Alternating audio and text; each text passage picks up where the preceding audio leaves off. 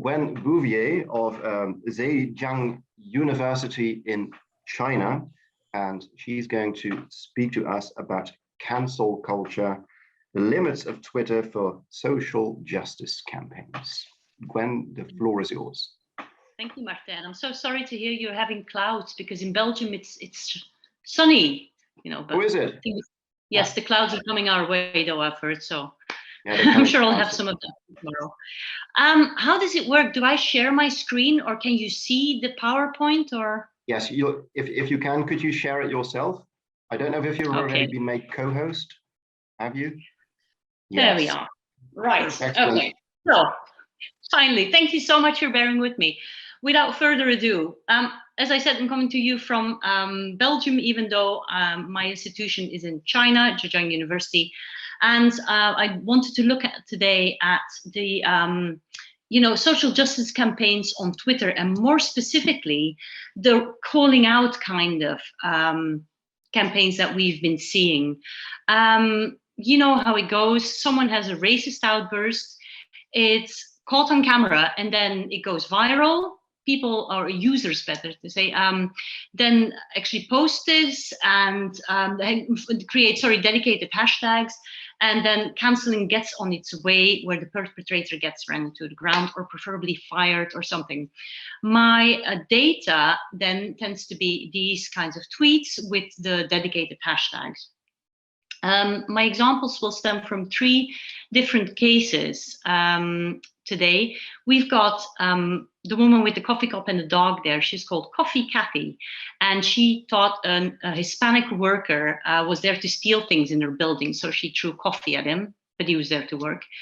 The middle person is Aaron Schlossberg, a lawyer from Manhattan, who got very excited about some low-paid Hispanic workers who served him his lunch sandwich, and they were only speaking Spanish. So in the end, he threatened to call ICE on them.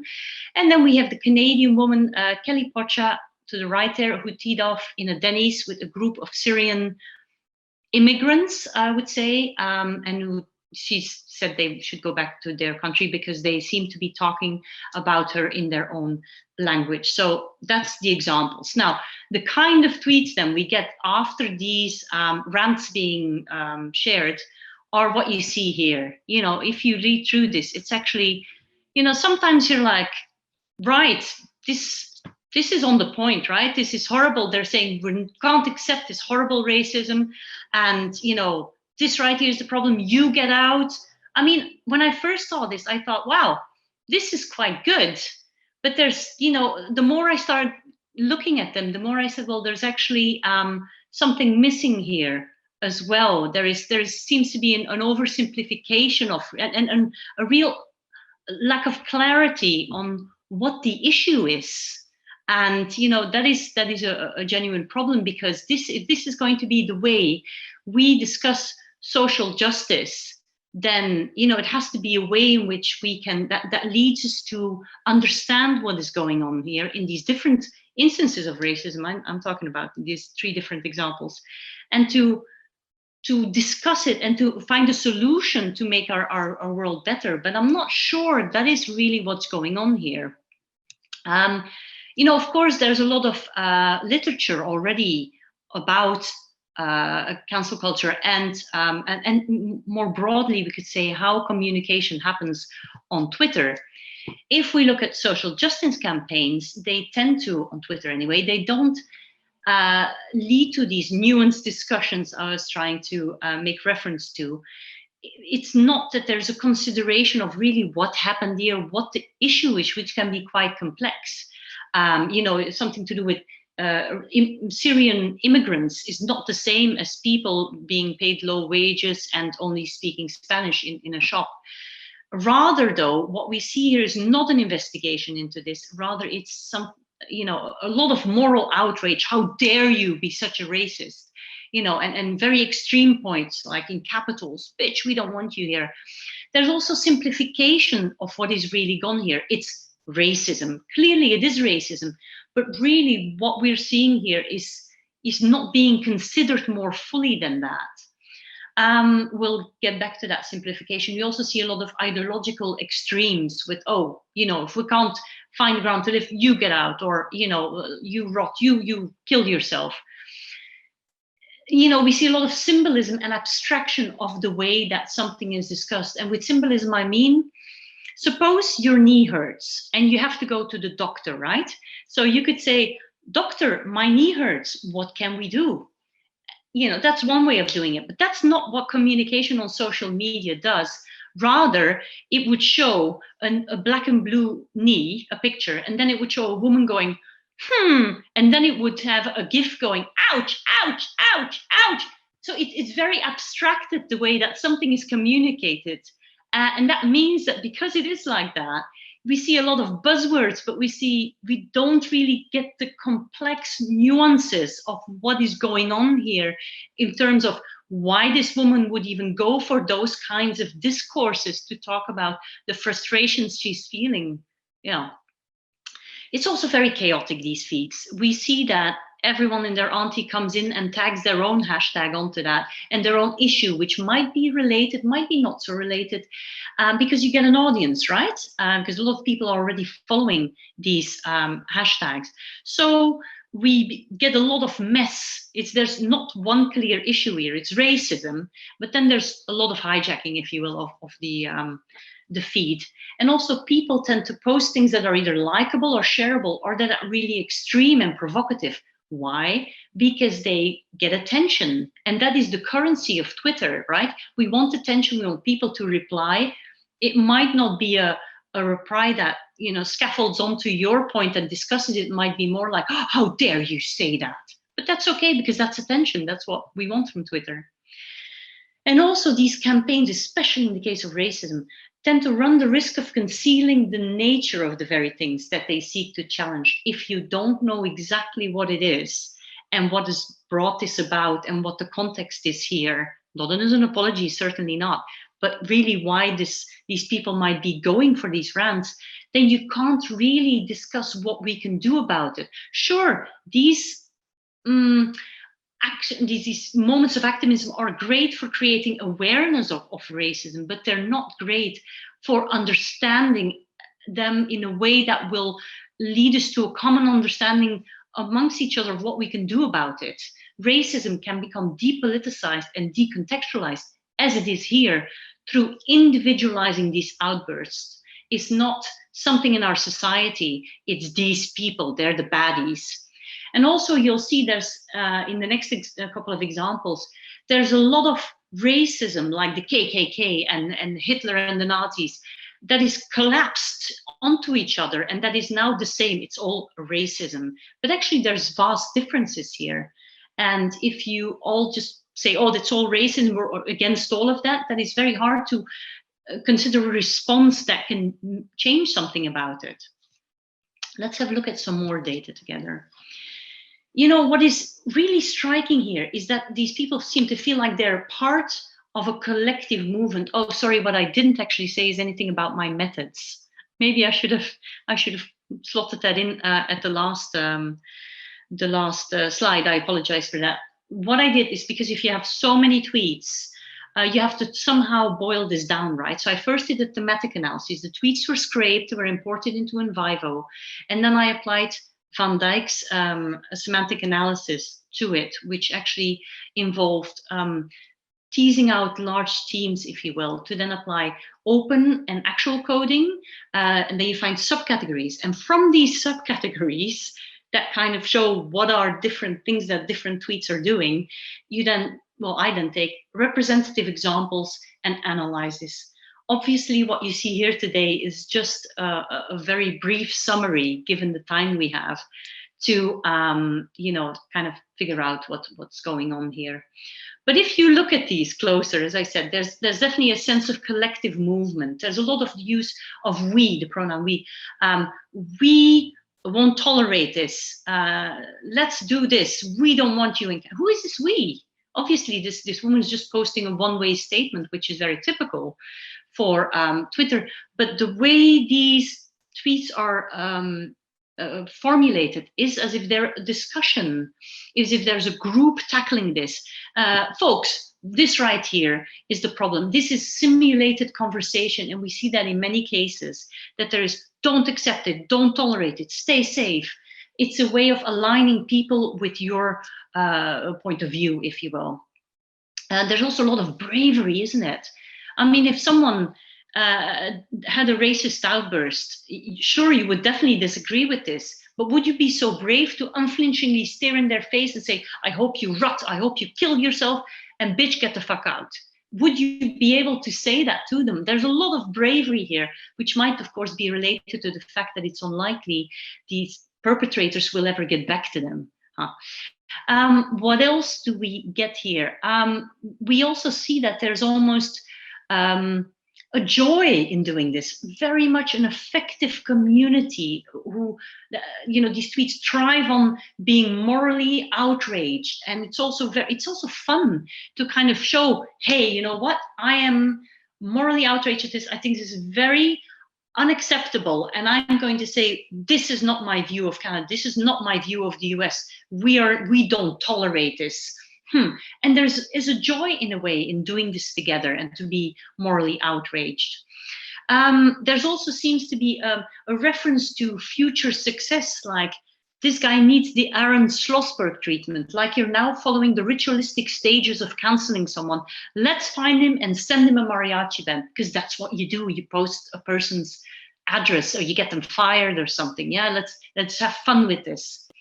So the kind of reactions you get here, they are not exactly part of a way that is going to do more than be in a group together and feel outraged. There's a little structural change that is bound to come from this the way it is here. And also it seems impossible for these people to even explain themselves. In fact, if we look at these examples, when people try that, it's the hashtag sorry not sorry. Yeah, for example, you see here in the corner the redacted apology by Aaron Schlossberg, who said to the people I insulted, I'm deeply racist. That's it. We don't want to hear it. You can't actually give an explanation or contextual information. It's not acceptable. Rather, the fault here lies with the individual. This person is upset because she was exposed for the racist that she is, an obnoxious racist. And they're made into folk devils. In a way, they're just the embodiment of evil racism. They're bad moms because, look, as parents, we teach our children how to behave. So her children, how are they going to act seeing their mom act like that?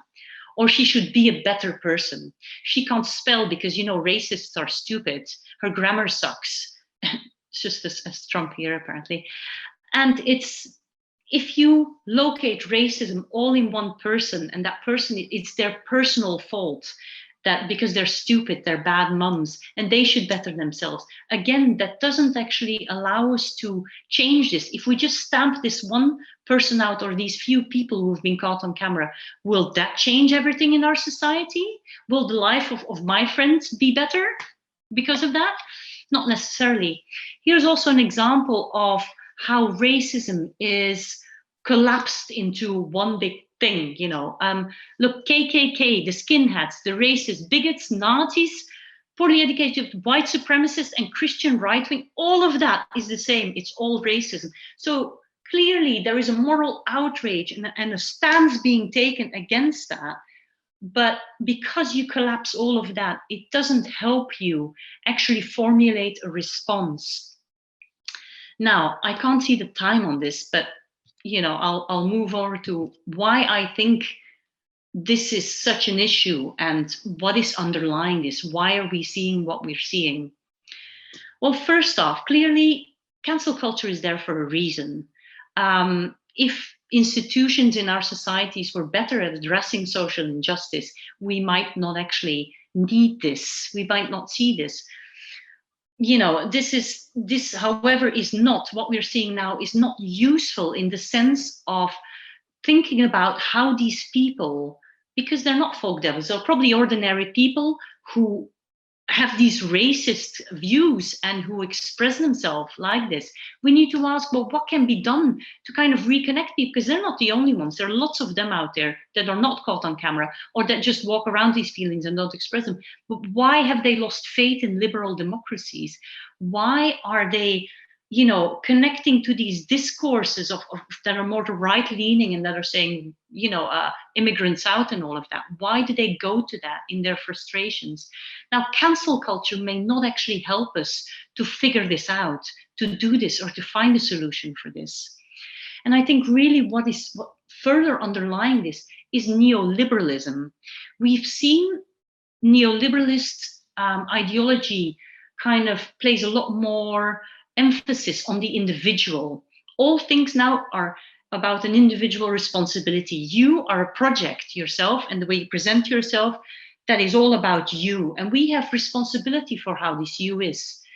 And, you know, it's about their choices, their attitudes, and their style, also their writing about them being bad mothers.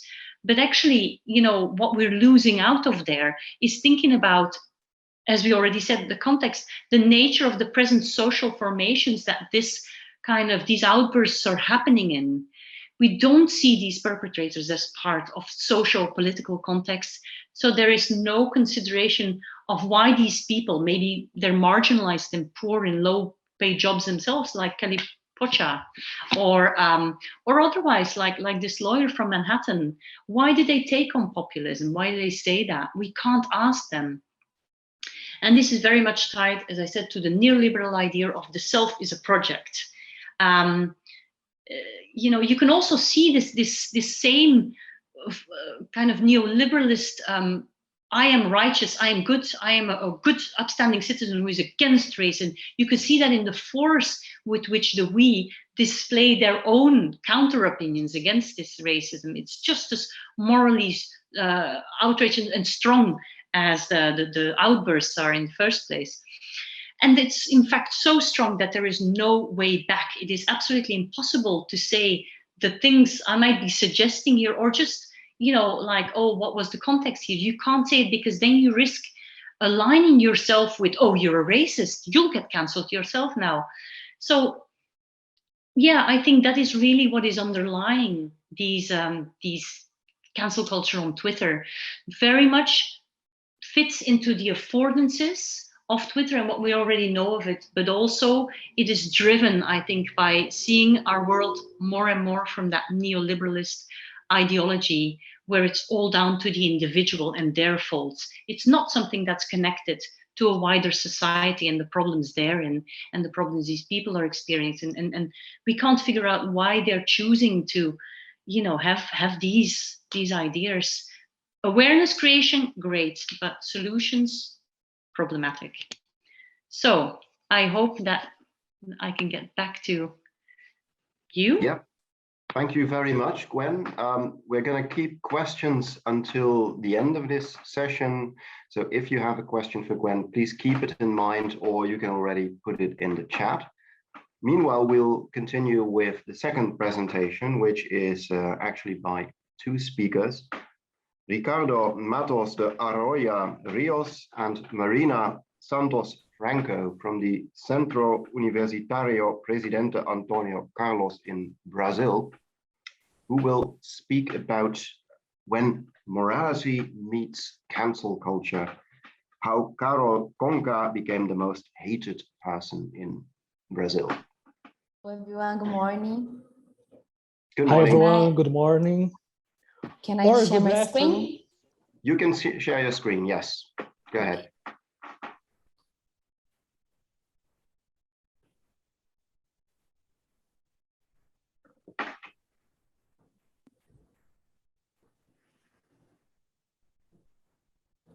Ready? Can I start? Yes, go on.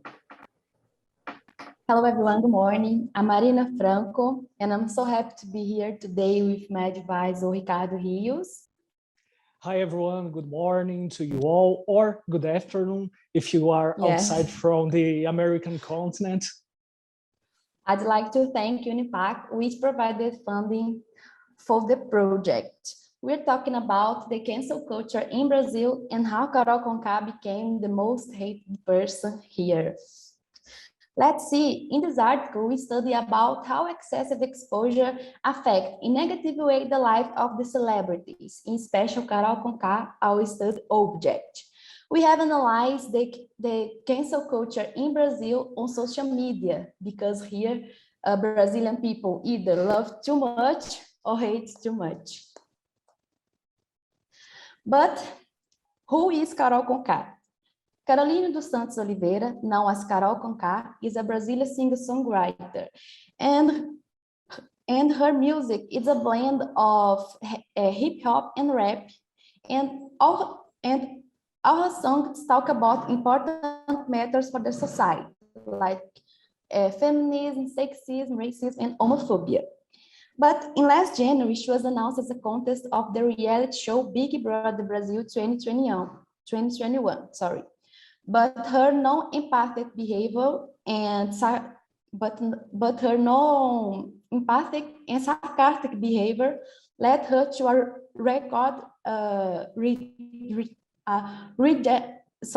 reject recording break of 99.17% of the public vote.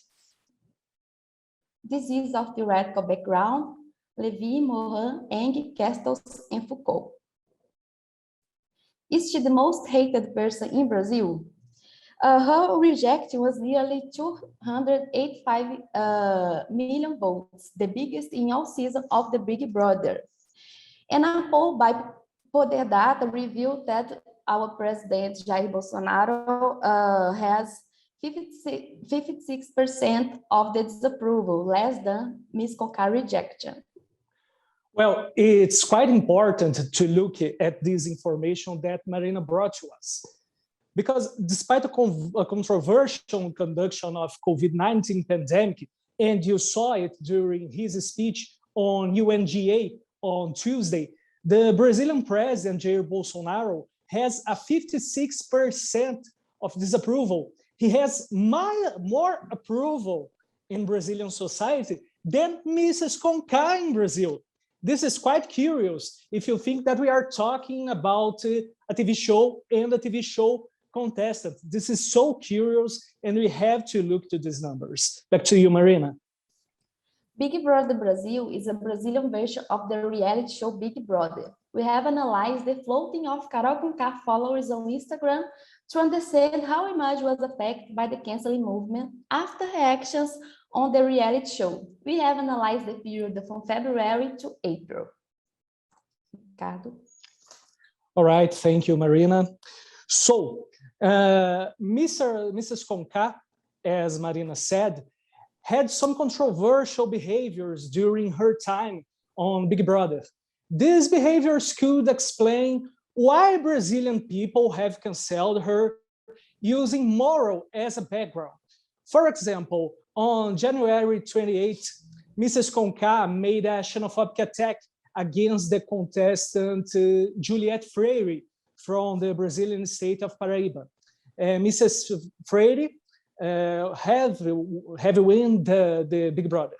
So Mrs. Conká said that the people from the South region were more polite than those of the Northeast region because of this behavior.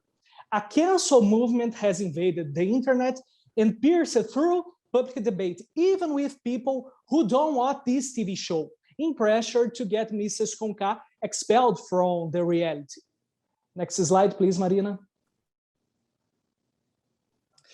Well, later in a party on January 30, the contestant Lucas Penteado,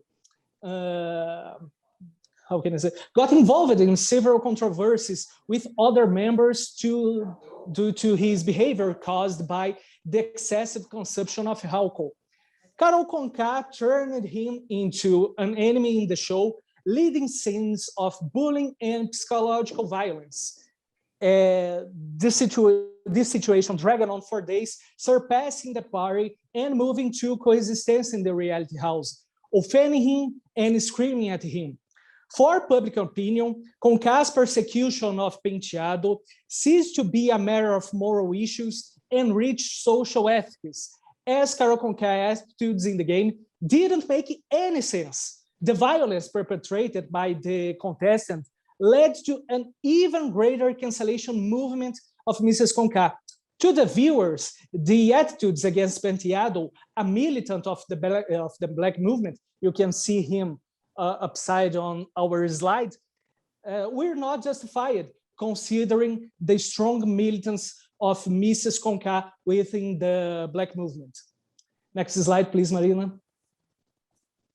And during her time in the BBB, the Brazilian Big Brother, Mrs. Conká verbally attacked another contestants, and she also began to harass the influencer and TikToker Camila De Lucas, intimidating other contestants who were allied to Mrs. De Lucas. At the end of her evaluation period, Mrs. Conká lost 500,000 followers on her Instagram account.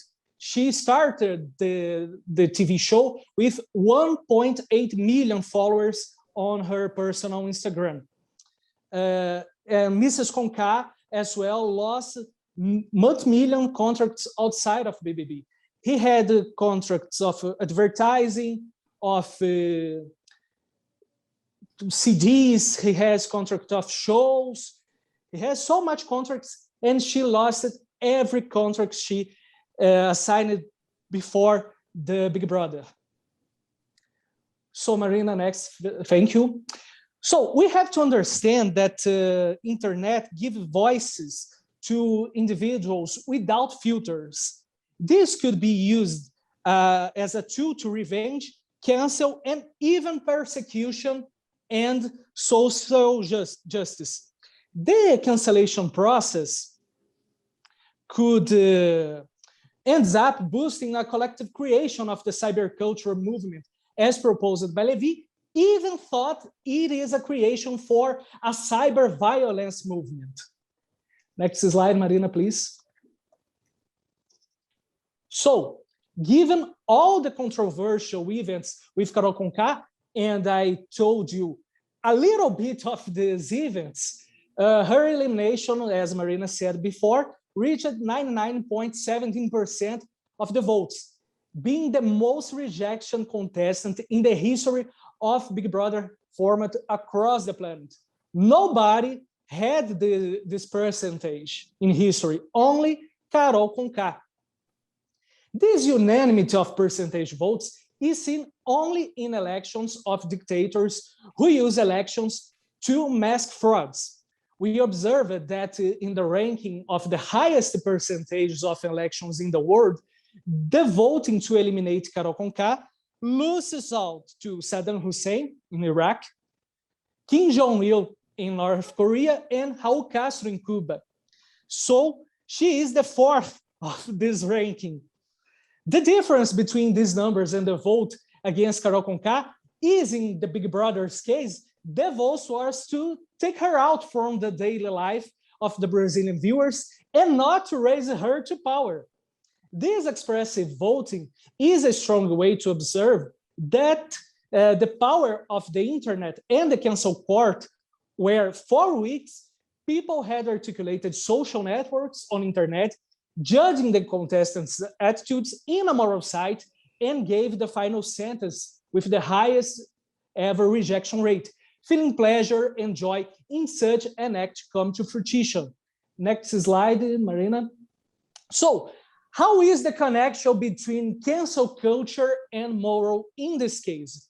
Although moral is considered by philosophy an individual decision and originated by cycles of time, some attitudes from Mrs. Conká, like bullying, were viewed by Brazilians as a matter of moral in recent years. And why it isn't a matter of ethics? Because for some sectors of Brazilian society, like the conservative sector, bullying is acceptable and is seen as a good sense of humor. President Bolsonaro, for example, as I said before, Mr. Bolsonaro has built his political career in the last 30 years as a professional bully. But Mrs. Conká committed so many behavioral mistakes into a moral view that the viewers have united against her. And like in a doomsday, they united against her like a doomsday when they were the judges that never ever committed mistakes in their lives. The cancel is the background and the law to judge and to punish. Like in Foucault's prison, viewers had the opportunity to discipline and punish Mr. and Mrs. Conká in their private panopticon, the television. So, please, Marina, next slide. Here are our contacts. I'd like to thank again our university, UNIPAC, the University Center President Antônio Carlos, for funding this project and all the following articles that we are doing. So thank you all for your attention and patience. A good morning, good afternoon, and see you soon. Goodbye. Thank you. Yes, thank you very much. And I see that your presentation has already sparked a lot of discussion in the chat, which I'm sure we'll get back to soon. But first, we have two other presentations ahead of us. And the next one is also going to be a duo presentation, actually, by Perry Johnson and Caitlin Dobson from the University of Southern Carolina. And they're going to talk about a principled struggle, as you can already see on the screen, the complexities of cancel culture and the possibilities of transformative justice. The floor is yours. Hi, everyone. Can everyone hear me okay? This is Caitlin speaking. Yep. Awesome, thanks. Okay, thank you to everyone for being here, to all the folks at CARP for organizing this conference and putting together this important opportunity for international and interdisciplinary scholars to come together in this way. Dr. Perry B. Johnson and I will be co-presenting this morning. We're grateful to share our work with you and dive into this cultural studies project, which we're calling A Principled Struggle, the complexities of cancel culture and the possibilities of transformative justice. This is an initial look at an early stage research project exploring cancel culture and character assassination alongside critical considerations of transformative justice and accountability and the mobilization of online activism. To this end, we'll be discussing three central case studies rooted in the contemporary US music industry, taken from this larger ongoing project in which reputational politics are central. Pop icon Britney Spears and the hashtag Free Britney movement, Janet Jackson and Justin Timberlake's infamous Super Bowl halftime show wardrobe malfunction and the hashtag Janet Appreciation Day mobilization, and indicted R&B singer R. Kelly and the hashtag Mute R. Kelly movement. First, let us unpack for you how we're thinking about cancel culture. And while this conference has already broadened our understanding through the thoughtful and nuanced considerations of how we might define and conceive of cancel culture, this work has to date been informed by one line of dominant contemporary Western discourses around cancel culture that's largely centered in and framed through the current Me Too era, a movement and term first introduced by activist Tarana Burke in the early 2000s that bloomed into a much larger and much more visible sociocultural movement in October 2017. Widely understood as the act of canceling someone for perpetrating various forms of harm, whether in the past or present, cancel culture is in the contemporary moment often made visible via dominant social media platforms, as we've been discussing, in the popular press.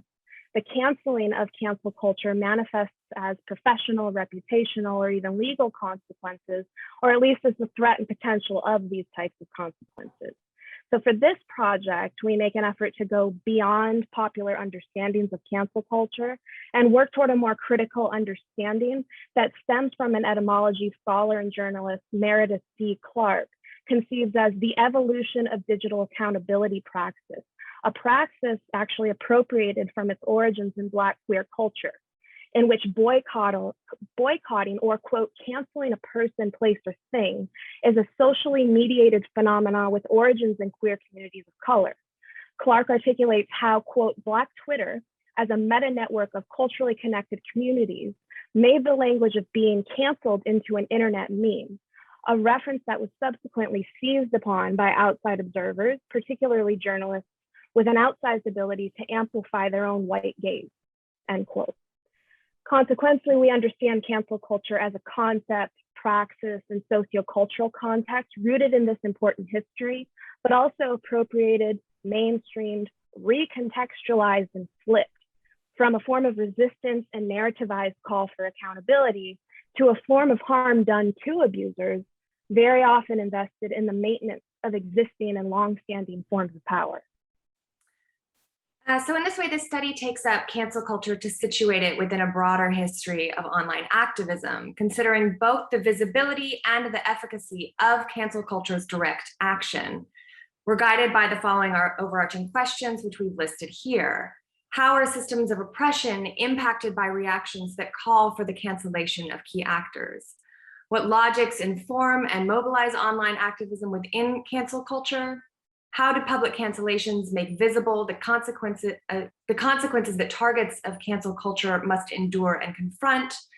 How does the backlash that emerges in response to particular scandals, comments, acts of violence, and/or marginalization bring visibility to abuses of power? What logics inform the rhetoric, staging, and framing of public apologies?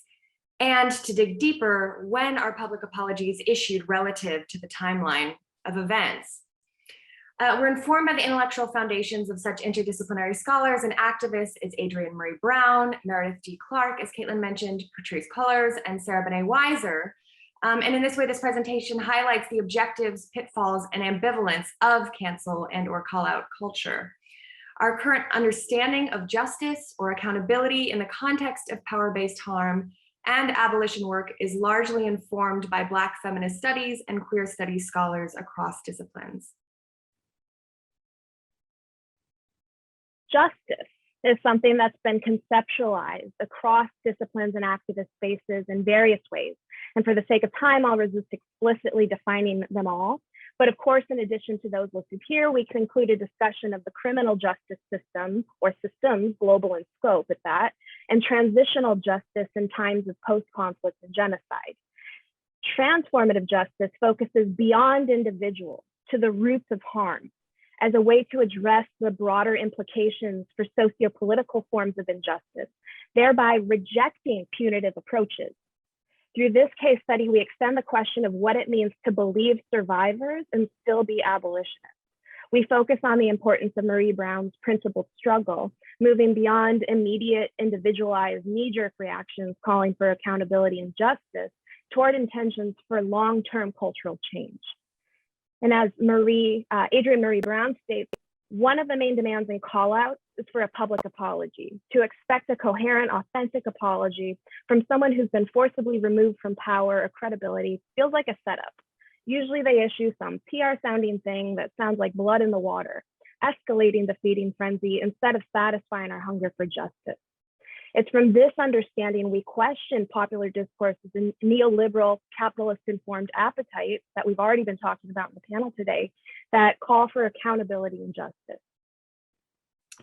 So to expand upon existing scholarship and address these central questions, we are in the process of conducting a close interrogation of 3 highly mediated case studies. First, as Caitlin mentioned, the Britney Spears the conservatorship battle and the adjacent #FreeBritney movement that emerged in response to that battle. Second, the infamous Janet Jackson and Justin Timberlake quote unquote wardrobe malfunction at the 2004 Super Bowl, and the subsequent emergence and resurgence of the social media campaign organized under the #Janet Appreciation Day. And third, the Mute R. Kelly movement that has emerged and circulated widely in response to the alleged crimes of statutory rape and abuse charged against R&B singer R. Kelly. Analyzing social and online media alongside a close reading of the New York Times' recent Framing Britney Spears documentary, we're working to explore how reactions make visible disparate consequences for women in these spaces, and importantly, to consider how those reactions fail to shift the dynamics of power in tangible and material ways. So with this work, we are critiquing current approaches to punitive justice, arguing that those approaches fail to provide long-term solutions or dismantle the structures of power that perpetuate harm, and that instead cede power back to the very systems these approaches seek to hold accountable. In this way, we're grateful to have learned from Emily, from Gwen, from others this morning, as we're thinking through some of these same things and questions around accountability. We selected these 3 case studies intentionally. Unlike other highly visible targets of cancel culture, for example, such figures as Harvey Weinstein and Bill Cosby, the cases of Britney Spears, Janet Jackson, and R. Kelly complicate our understanding of canceling, which requires a multi-level analysis to unpack how multiple acts of canceling and targets of cancellation become constitutive of larger entanglements of power. With Britney, we are examining the recent New York Times documentary, as I mentioned, as an entry point to consider both the evolution and devolution of her career, situating her conservatorship battle as one consequence of cancellation, a cancellation enacted most severely by tabloid media and entertainment industries, following in particular a highly publicized, quote, breakdown in 2007 that was then deployed in part as justification for the appointment of her father as the conservator of her estate. With Janet Jackson, we consider the backlash she faced in the wake of the 2004 Super Bowl performance, specifically interrogating how the consequences she faced significantly differed from those Justin Timberlake was forced to confront, and the hashtag Janet Appreciation Day movement that emerged in response to this treatment. As one journalist highlighted, quote, Jackson's career took a major hit after the infamous moment, with CBS's Les Moonves reportedly blackballing her, while Justin Timberlake's burgeoning solo career soared. In 2006, Janet Jackson spoke out on the media's and Timberlake's handling of the situation, stating, quote, all the emphasis was put on me, not on Justin. We were friends and I'm very loyal and friendship is very important to me and certain things you just don't do to friends, end quote. In this decade-long history of tension and perpetuated forms of harm against Britney and Janet, Justin Timberlake is a point of analysis for our study. The Framing Britney Spears documentary has prompted online reactions, another released just last night, spanning from support for Britney to calls for the long overdue cancellation of Justin Timberlake, both in relation to his social and professional treatment of Janet and Britney. Challenging how we think about canceling in the careers and lives of Janet and Britney through consideration of Justin's online public apology, we identify neoliberal capitalist-driven logics informing that apology, widely considered too late, only now in response to the very online responses calling for immediate accountability. Through a longitudinal historical analysis, there are many ways in which the Free Britney movement and Janet Jackson Appreciation Day have solidified long-held views of Justin Timberlake as a perpetrator of harm against both women. On one hand, we found Timberlake's recent apology was received as Marie Brown would say, blood in the water, inciting numerous social media users and news media reporters to push back. For example, in light of the documentary and Justin's public apology, this recent viral video of Peloton instructor Cody Rigsby reflects on Britney's career.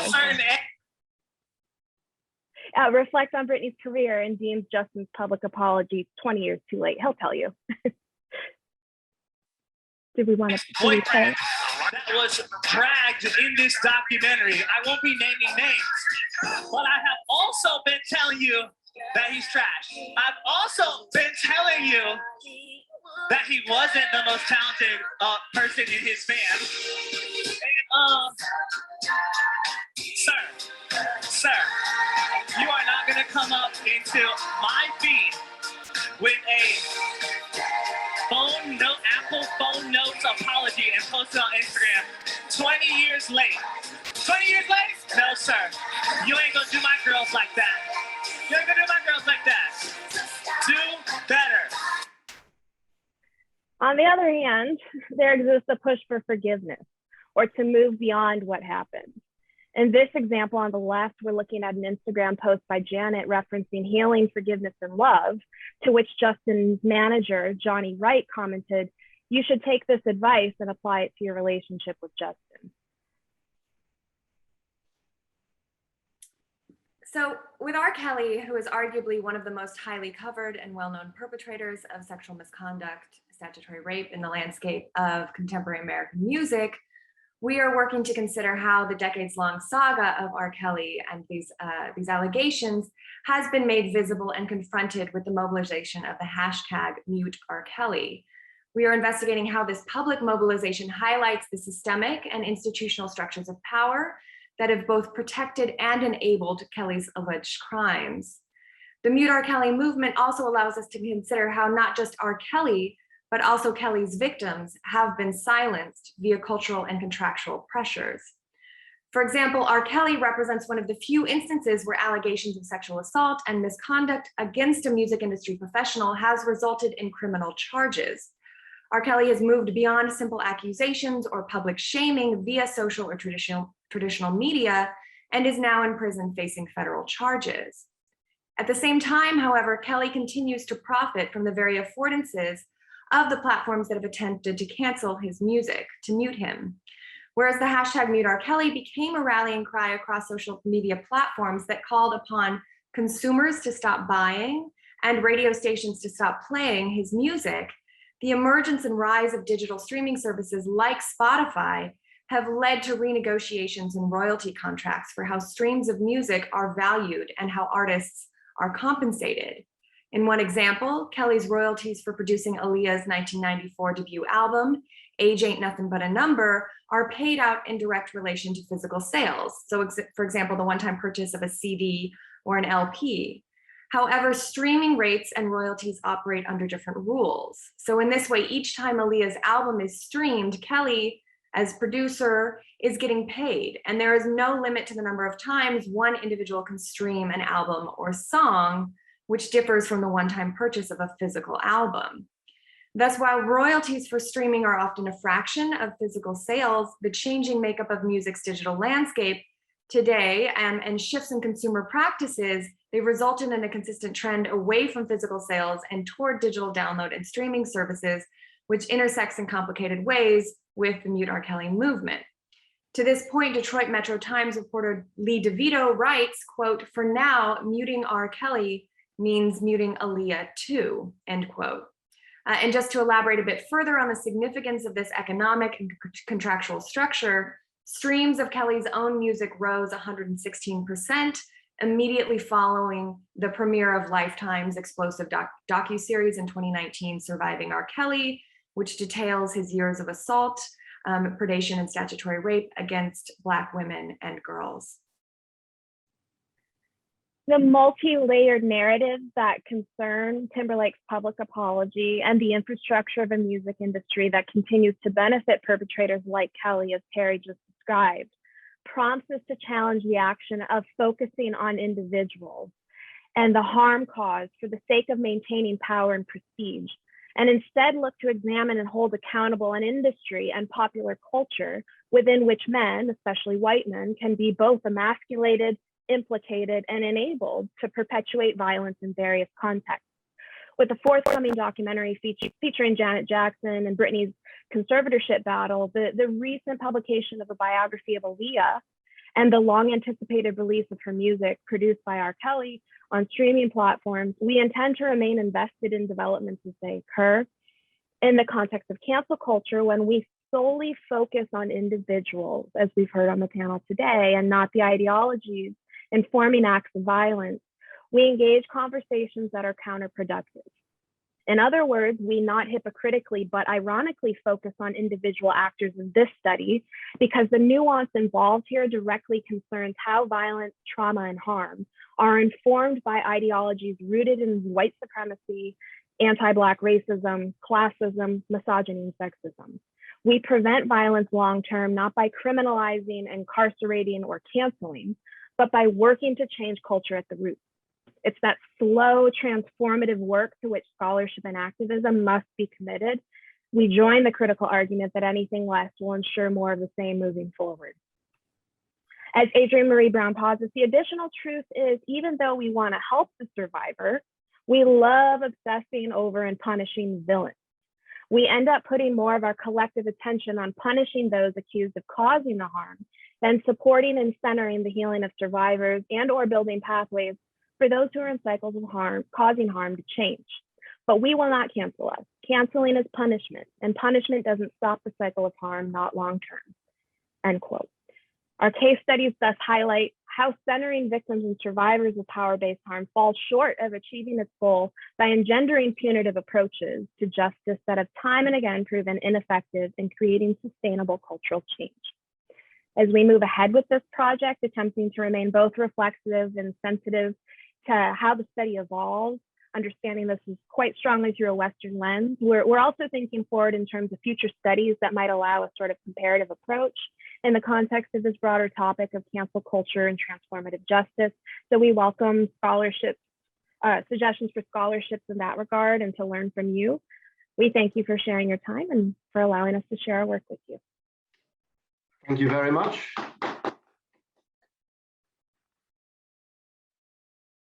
Okay, so let's move on to the final presentation in this panel. We're going to move from the US to Russia.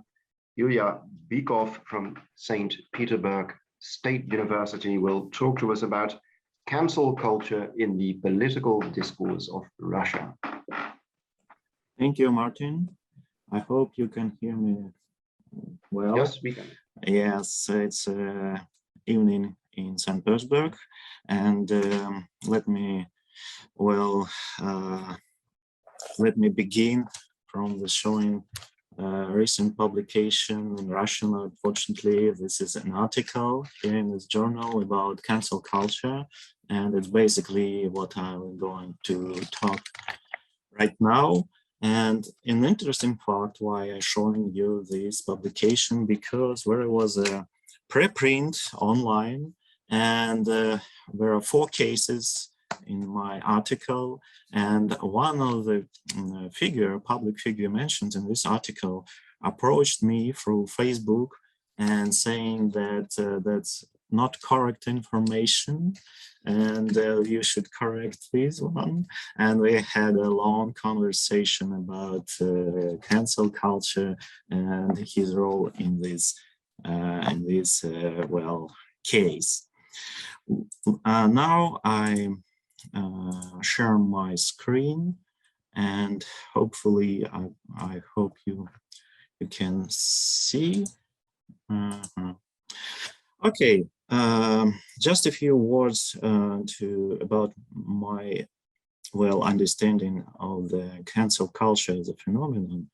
And actually, there was very nice speech by Martin earlier today about the common term that cancel culture is a popular practice of withdrawing support for public figures, and that this cancel culture usually runs through social media. And I completely agree with this, but I'd like to add a few words on theoretical background, how I got to this cancel culture topic. And there is a interesting theoretical approach in media studies, like mediatization of society. Probably you heard something about this. There are many scientists who wrote about this topic, that all processes in society got some mediatization. If you are a professor, for example, you should be visible in social media, and that's how you got some salary rise from university, and for example, and the part of this mediatization study is a personalization. And today, actually, in the first talk, there was a mention of neoliberalism, which is actually based on some levels on this idea of personalization, that to run a company today, a big company, a transnational company, you must be a public figure with a lot of subscribers and likes throughout social media, like somebody like Elon Musk or somebody like this.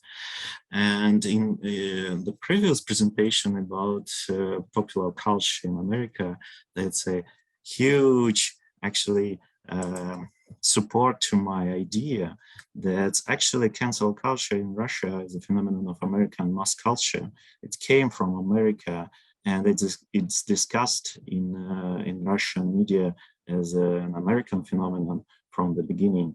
And there are many articles in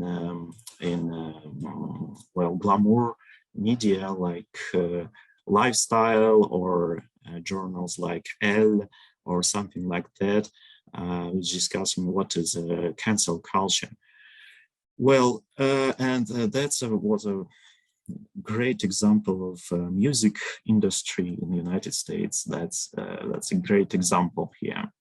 But what about real influence of cancel culture in Russia? Here you can see, unfortunately, there is no surveys in Russia about this topic like Pew Research did, and that was a very great example of survey, but no such surveys in Russia still.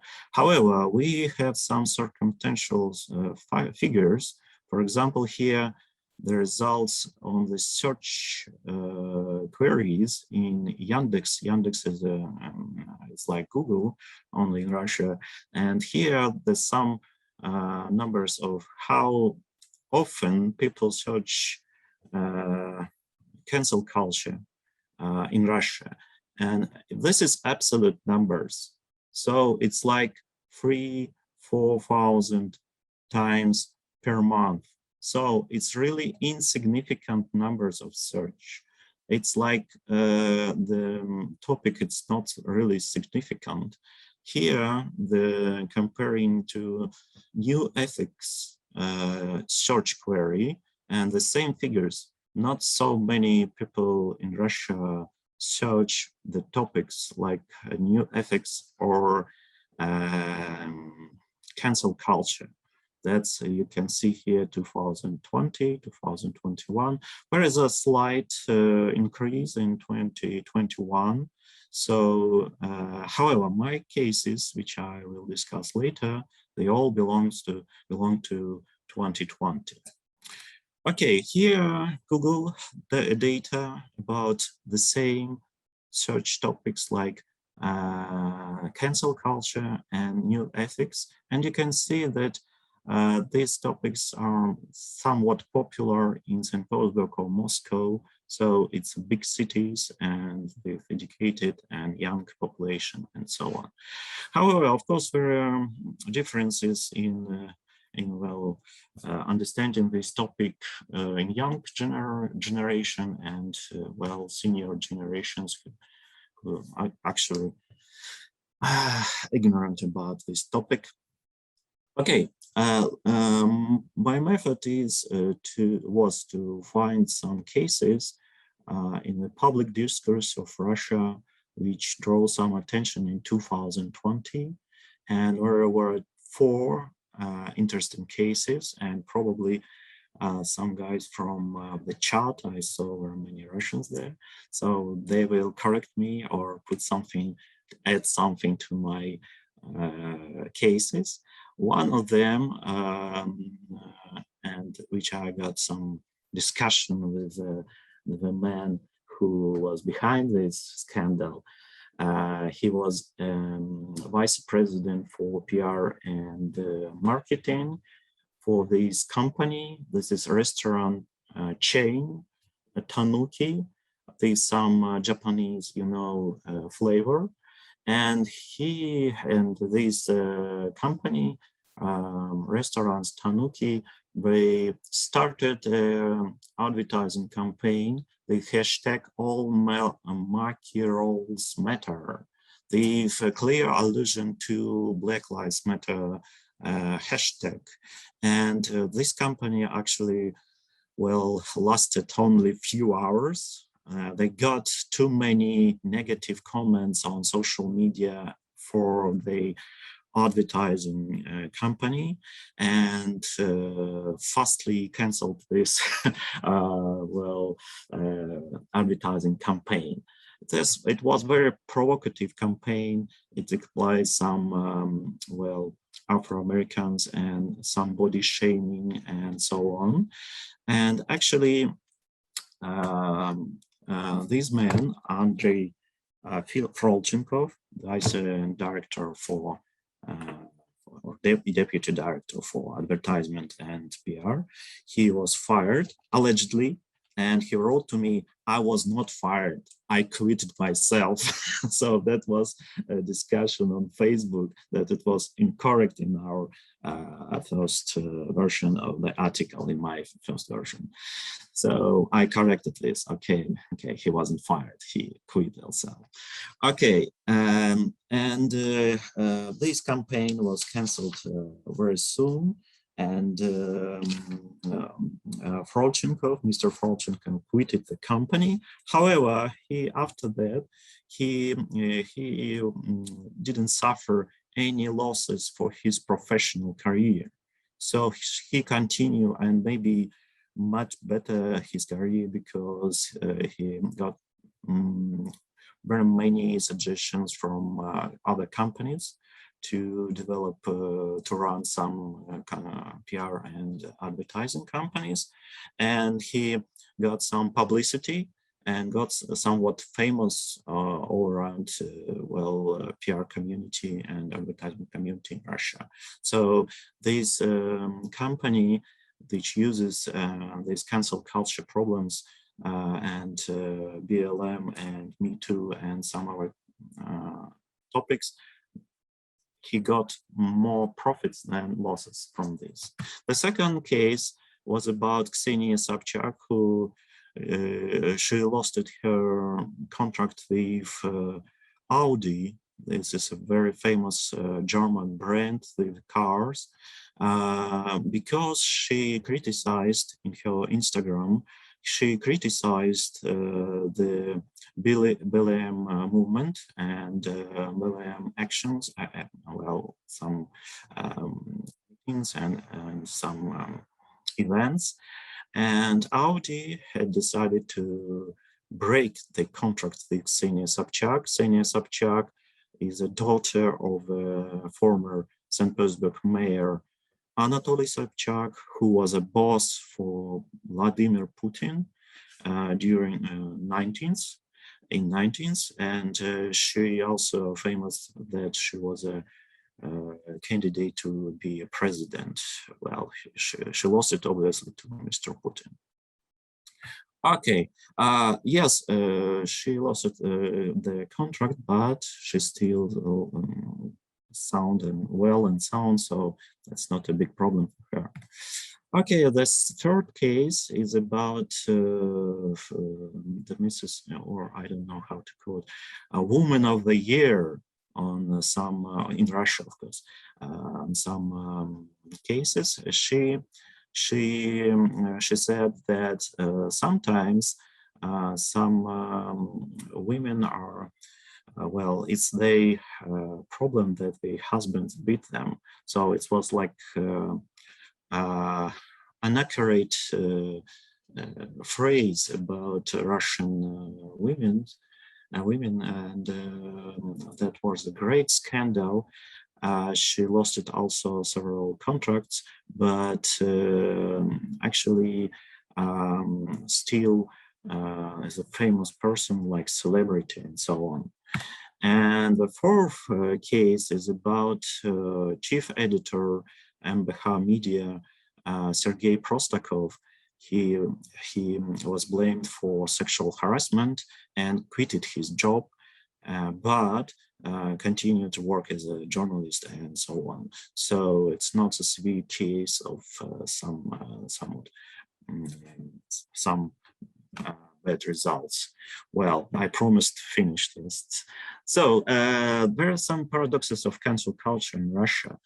According to our current political regime, we should follow traditional values like traditional families, many kids and big families and so on, some religion, of course. And these traditional values contradicts new ethics sometimes, especially the tolerance, the Black Lives Matter, sexual harassment, and so on topics. But that's an interesting contradiction that Mr. Putin claims to be unorthodox, but divorced with his wife, and that's some contradiction in his behavior. And actually, the limited impact of cancel culture in Russia deals with the term, limited popularity of this term. However, in practice, unfollowing and canceling exists, especially in the field of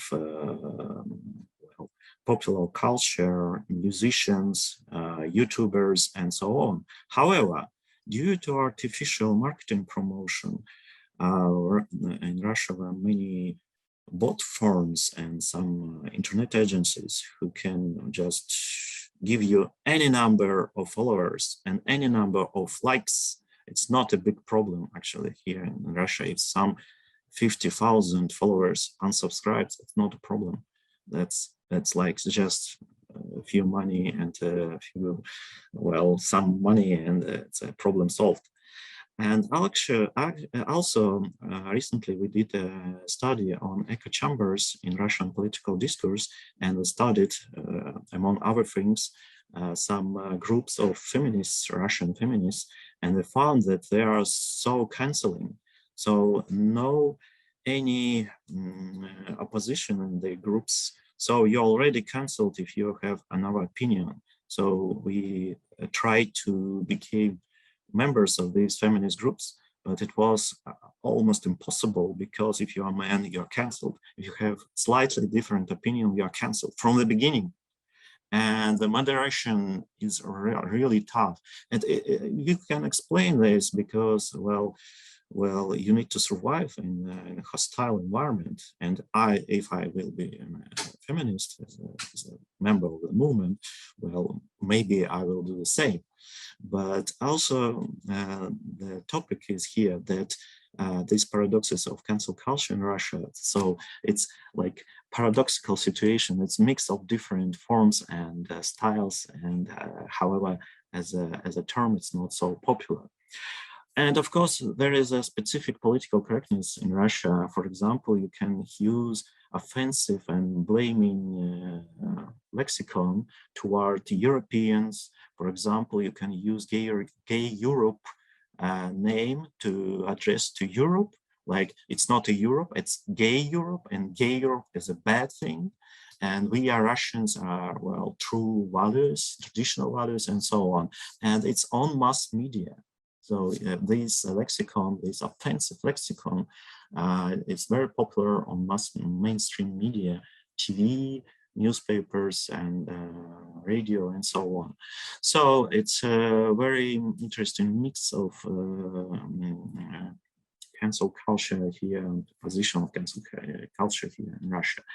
Well, I should stop because, well, I feel like I have exceeded my time. Thank you, Martin. Thank you all. Thanks very much. Yeah, as you've probably noticed, we're a bit behind on schedule, but we do have a couple of minutes for questions. So, Ilya, if you could close. Yeah, I'm trying to do this. Yes. So I can see everyone. Second, one second. Yeah. So if you want to ask a question, I can't see the cameras at the moment, so just please unmute yourself and speak up. Here we are. Yeah, that's a lot easier. Yes. Sorry. Okay, who wants to ask something? I have a comment, not a question, but I think one of the things, sorry, I know that's everyone's worst conference nightmare, but one of the things that I thought was really interesting about the paper about Karol Conká and the paper about transformative justice is pointing to the material impacts of cancellation. And so the idea that Conká actually lost some contracts and had material suffering, at least minimally, as a result of the Big Brother, and sort of the very complicated idea that, you know, as many of us might want to support Ilya, we're also inadvertently supporting R. Kelly, which is a really complicated, like, interweaving there. So I'm just curious if you have any other thoughts or ideas about the material impact of a potential cancellation to either of the panelists on those papers. And maybe the answer is no, but I just wanted to call our attention to that really important and kind of complicated dynamic. Well, if I may, I sometimes discuss these questions about cancel culture with students. Obviously, that's a hot topic for them. And I ask them usually, are you really unsubscribed or something like, stop buying some things from some products, brand products or something like that. Stop buying or, well, destroying them completely to show your outrage and something like that. No, in Russia, no, but they refer to their friends from America. Then some of them do. So they really destroy some brand products and so on. Sorry. Yeah, Serge, you have a question? Yes, in fact, I wanted to thank Gwen again for her wonderful presentation and joining us today. And just a quick remark, I think she's really raising important questions in her presentation, asking why, because everybody is focusing on, you know, these campaigns, on the instruments and tools, but she's actually asking why, to which extent, and how useful are those campaigns, and aren't they just reproducing another cycle of conflict? So are they leading to any resolution of our disputes and debates? And I think this question why is quite important and quite timely. And I think we should actually shift from discussing the instrument, the functional aspect of cancel culture to like a more global and more societal. So thank you, Gwen, for addressing that. Thank you. Can I say something about that? Because I had an interesting question, a couple of questions actually, but from Michael Dudley as well, which I still wanted to address. But just to reply to you, Sergei, I think it's something in our society where we do a lot of symbolic gestures, and I don't see enough of an output coming from that in structural solutions for, you know, this problem of racism amongst other things. For example, when people say, oh, we have to remove these statues now. So has that sorted something now? Is that better? Yes, those, now it's hidden, but in a way it's a hegemonic dream for those in power, because they can say, yeah, just go on Twitter and stick it to, you know, whoever you want to stick it to. And at the same time, nothing really structurally changes, which is, you know, it pains me, because there is a real issue out there, just like, sorry, Michael Dudley still said, we said like, well, you know, critical race theory says that, yeah, it is, society is systematically racist, and I agree with that. It's just that I wanted to say that what we're doing right now is creating awareness, which is great, but how many laws have come out of it that have made the situation better? I promised him I would answer that, so done. Thank you. Yes, that was a very interesting question. I'm glad you got to address it. I was also struck by the parallels between what you were saying about the failure of our institutions and the transformative justice from the second paper, where I think there are some interesting connections as well. There's one more question in the chat from Spencer. During the keynote, it was stated that there is a view of doing time and that people can come back from cancellation after a set amount of years. Is the length of time required significantly shorter for celebrities, or is that the same for everyone? So perhaps the people of the, Ricardo and Marina would like to say something about that. Oh yeah, I'd like to say something right now. Well, I'd like to thank all the questions that we have received right here. I wrote the questions just for not to lose them. But as Rafaela said on the chat, Big Brother is a phenomenon in Brazil, and this phenomenon could explain why people here are so passionate with this TV show. We consume it 24/7, 24 days, 7 days a week, 24 hours, 7 days a week. Every person in Brazil are consuming this TV show. And I like to ask Rafaela if she had voted to eliminate Karol Conká on the show. Andrei brought us an important information about Kadyrov and his election at Chechnya. This information is new to me. His percentage was very high.